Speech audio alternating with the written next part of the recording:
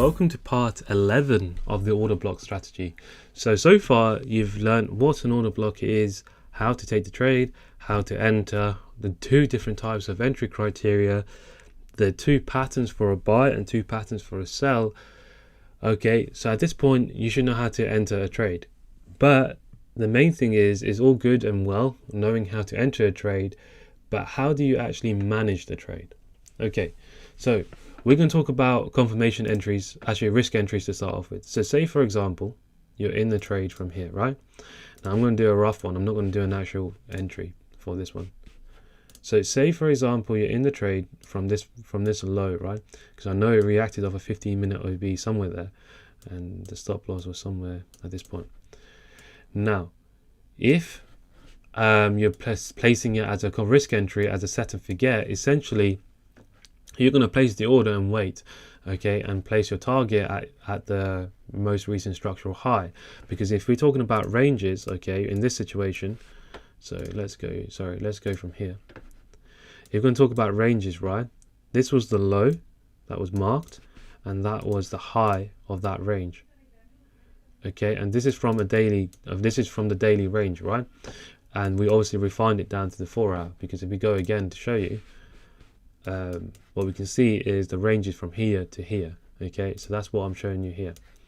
So if you're using a set and forget method, essentially you'll place the order and let price either hit TP or stop loss, okay? That is down to you if you want to manage it that way. When to move your stop loss to break even. Now you can do that on the first structure break. So we have a structure here, okay, that was formed and it was broken. Once that structure was broken, you can move your stop loss to break even and hold the rest of the position risk free. If you wanted to, you can take partials at this point. How you take partials, it is completely down to you, okay, and it's up to you if you want to take partials or not, okay. And for you to understand when to do that, essentially you'll take partials at the structural break. So say for example, if you want to hold this trade, because obviously price is obviously bullish, okay, on every single time frame, you can hold the trade, right, and then take partials at every single structural high that's been formed, because we know that once we break this 4 hour structure, we know we're going to get a pullback and price is going to continue. So yes, you can take partial at this point, then take partials at that point, and continue the trade, continue to hold it until you get stopped out. Okay, that's one way of taking it. Essentially, or alternatively, you can just place your target here at the structural high and let price hit TP. That's if you're using a risk entry. If you're using a confirmation entry, it's a little bit different. So say for example, let's go one more. Say for example you enter the trade where we showed you in the last video. So say you enter the trade at this point here. Oh, sorry. Oh, come on. There we go. Okay, say you enter the trade here, right, at this OB, you had a 3 pip stop somewhere here. Where's your target going to be? Your target is still going to be that structural point, that structural high, right? So if I can see it, so your target is still going to be that 4 hour and daily high, okay, to reach the top of that range. Okay, simple as that in terms of setting target. When do you move your stop loss to break even? Now that is the question, and that is how to manage your risk most effectively. So say for example we enter the trade at this point, okay. Now when to move your stop loss to break even?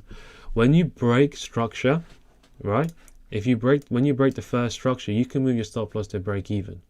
Okay, why? Because your invalidation point is from here to that new range. If price breaks, then you are potentially changing in trend, okay.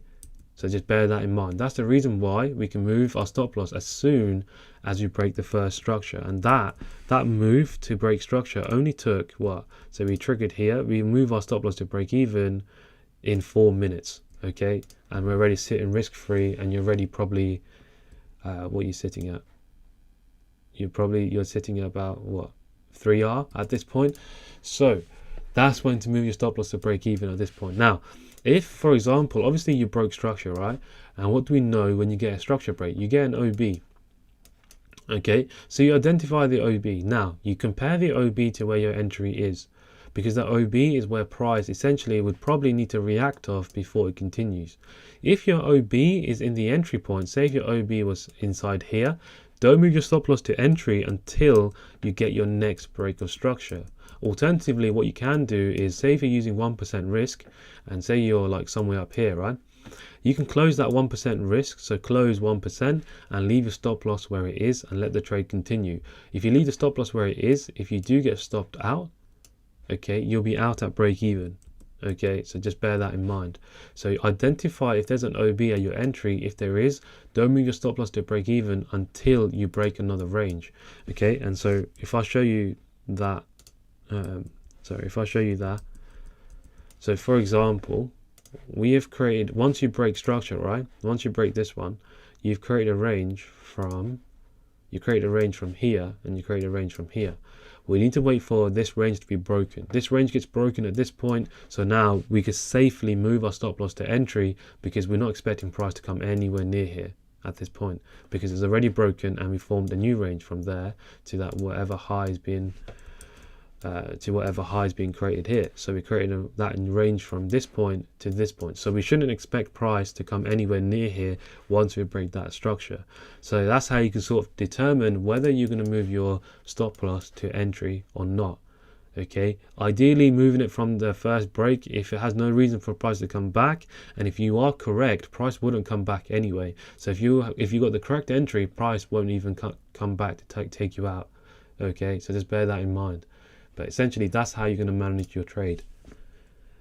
Let me get rid of these. So just to recap, if you're using a risk entry and using it as set and forget, you can literally just set and forget. It either hits TP or stop loss, or you can move your stop loss to entry once you get the first structure break, which is there. So say if you place a risk entry, you move your stop loss once you break your structure on whatever time frame you are using, whatever time frame you're looking at. You can even do the hourly, for example. The structure point we have here, once we break that, we can move our stop loss to break even. If you're using a risk entry, no, a confirmation entry, sorry, remember you can, where is it? There we go. You can move your stop loss to entry as soon as you break the first structure. Alternatively, just be aware that price can come back to tap the OB that is there, because if you break structure, remember there's going to be an OB. Okay, there's going to be an OB sitting probably where your entry is. So the way to wait is wait for the next range to be created, right? Once your range is broken, and then you can safely move your stop loss to break even and then hold the rest of the trade.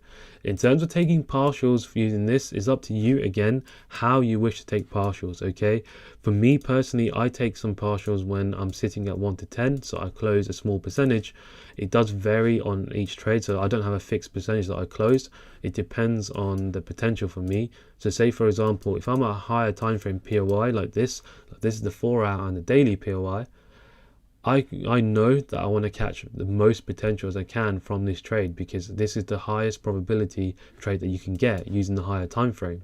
Remember, if you have the higher time frame bias of the 4 hour and the daily, you have full reason to take the trade and full reason to hold it, because price is obviously bullish, and you confirmed that on the daily and the 4 hour.